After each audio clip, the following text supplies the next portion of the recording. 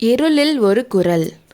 ஒரு செகண்ட் வந்த மின்னலோட ஒளியில புத்த பிக்ஷு ஏரிக்கரையில கைகளை தூக்கிட்டு நின்று பேய் மாதிரி சிரிச்சதை பார்த்ததும் குண்டோதரனுக்கு கொஞ்ச நேரம் பீதினால கை கால்களை அசைக்க முடியாம மரமோட மரமா நின்னான். அப்புறம் எப்படியோ தைரியத்தை வர வச்சுட்டு சேத்துல தட்டு தடுமாறி நடந்தான். கரையை உடைச்சிட்டு தண்ணி ஓடின இடத்துக்கு அவன் போயிட்டு இருந்தப்போ மறுபடியும் ஒரு மின்னல் வெட்டுச்சு. அந்த மின்னல் வெளிச்சத்துல வெட்டி விட்டிருந்த கால்வாய் முன்ன விட பெருசாகி இருக்கிறதையும் தண்ணி முன்ன விட வேகமா கரையை பிளந்துட்டு போறதையும் குண்டோதரன் பார்த்தான். ஆனா பிக்ஷுவை அங்க காணோம். மண்வெட்டி மட்டும் அங்கேயே இருந்துச்சு. அப்போ குண்டோதரனுக்கு கொஞ்சம் தைரியம் வந்துச்சு. கால்வாயை ஒரே குதியில தாண்டி மண்வெட்டியை எடுத்து அவசர அவசரமா மண்ணை அள்ளி கால்வாயில போட்டான். அப்புறம் அவனே இது தேவையில்லாத வேலைன்னு நினைச்சான். அப்போ அவன் கழுத்துக்கிட்ட யாரோ தொடுற மாதிரி உணர்ச்சி வந்ததும் மண்வெட்டியை கீழே போட்டுட்டு பார்த்தான். புத்த பிக்ஷு நின்று அவனோட கழுத்தை பிடிச்சி நெரிச்சிட்டு இருந்தாரு. குண்டோதரன் அவனோட இரும்பு மாதிரி இருந்த கையால பிக்ஷுவோட மணிக்கெட்ட கெட்டியா பிடிச்சான். மறுபடியும் நாகநந்தி பேய் மாதிரி சிரிச்சாரு.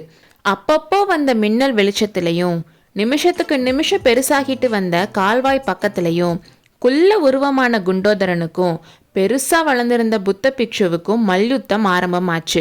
ஒரு 5 நிமிஷம் அந்த யுத்தம் நடந்திருக்கும். அப்ப ஏரியோட அலைகள் சத்தத்தையும் அடைப்பு உடைச்சிட்டு வெளியில வந்து விழுகிற தண்ணி சத்தத்தையும் போக போக அதிகமாயிட்டே போன மழை சத்தத்தையும் விற்றுன்னு அடிக்கிற புயல் காத்தோட சத்தத்தையும் தாண்டி குண்டோதரா குண்டோதரான்னு ஒரு கம்பீரமான குரல் கேட்டுச்சு. சண்டை போட்டுட்டு இருந்த 2 பேருமே ஒரு செகண்ட் ஷாக் ஆகி நின்னாங்க. ஆனா கைப்பிடி மட்டும் தளரல. அது யாரோட குரல்னு குண்டோதரன் யோசிச்சான். அசோகபுரத்திலிருந்து வரப்போ அவனுக்கு பின்னாடி குதிரை வர சத்தம் கேட்டது அவனுக்கு ஞாபகம் வந்துச்சு. குண்டோதரா, சண்டையை நிறுத்து, கரை உடைஞ்சதை அடைக்க நினைக்காத, அது வீண் வேலை, ஓடி போய் ஆயனரையும் சிவகாமியையும் காப்பாத்து, நான் சொல்றது காதுல விழுந்துதா? அந்த குரல் தன்னோட எஜமானருக்கும் எஜமானவரோட குரல்னு குண்டோதரன் தெரிஞ்சுக்கிட்டான். விழுந்தது பிரபு, கட்டளைன்னு கத்துனான். அப்போ அந்த செகண்ட் 1000 சூரியனோட ஒளியை வாங்கிக்கிட்ட மாதிரி கண்ணையே குருடாக்குற மாதிரி ஒரு மின்னல் வெட்டுச்சு. அடுத்து ஒரு பேரிடி இடிக்க போகுதுன்னு குண்டோதரனுக்கு தெரியும். அப்ப இடி முழக்கம் கேட்ட நாகம் போலன்னு பழமொழி அவனுக்கு ஞாபகம் வந்துச்சு. பிக்ஷுவோட மணிக்கட்டுகளை இன்னும் கெட்டியா பிடிச்சான். அவன் எதிர்பார்த்த மாதிரியே இடி இடிச்சிச்சு. வானமே இடிஞ்சு கீழே விழுகுற மாதிரி இடி சத்தம் கேட்டுச்சு. முன்னாடி கேட்டுட்டு இருந்த அலை சத்தம் மலை சத்தம் எதுவும் கேட்காம நொயின்னு மட்டும் காதுல கேட்டுச்சு. ஐயோ, காது செவிடாயிருச்சான்னு நினைச்சான். ஆனா இதே இடி சத்தம் நாகநந்தி அவனை பிடிச்சிட்டு இருந்த புடிய தளர்த்தி இருந்தது தெரிஞ்சிச்சு. அவ்வளவுதான். அவனோட முழு பலத்தையும் சேர்த்து பிக்ஷுவை ஒரு தள்ளு தள்ளினான். ஏரிக்கரையில தண்ணி போயிட்டு இருந்த பள்ளத்துல உருண்டு போய் பிக்ஷு விழுந்தது தெரிஞ்சுது.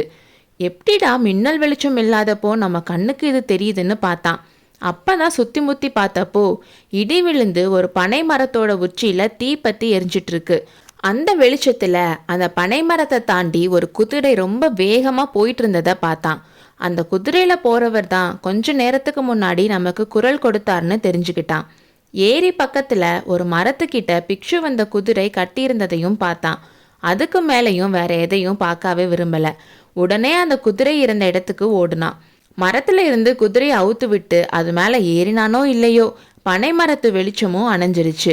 எத்தனையோ பெரிய மலைய குண்டோதரன் பார்த்துருக்கான். ஆனா அன்னைக்கு நைட்டு பேஞ்ச மாதிரி அவன் பார்த்ததே இல்லை.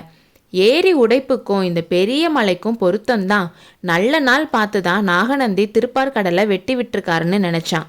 இந்த ஏரி வெள்ளம் அசோகபுரத்தை போய் சேர்றதுக்குள்ள நம்ம போய் சேரணும்னு அவன் முடிவு பண்ணான். ஆனா இருட்டுலையும் மழையிலையும் வழி கண்டுபிடிச்சு அவன் போறதுக்கு ரொம்ப நேரத்துக்கு முன்னாடியே ஏரி வெள்ளம் பிரளயமா ஓடத் தொடங்கி அசோகபுரத்தையும் அடைந்து விட்டது. அடுத்த அத்தியாயத்தில் சந்திப்போம்.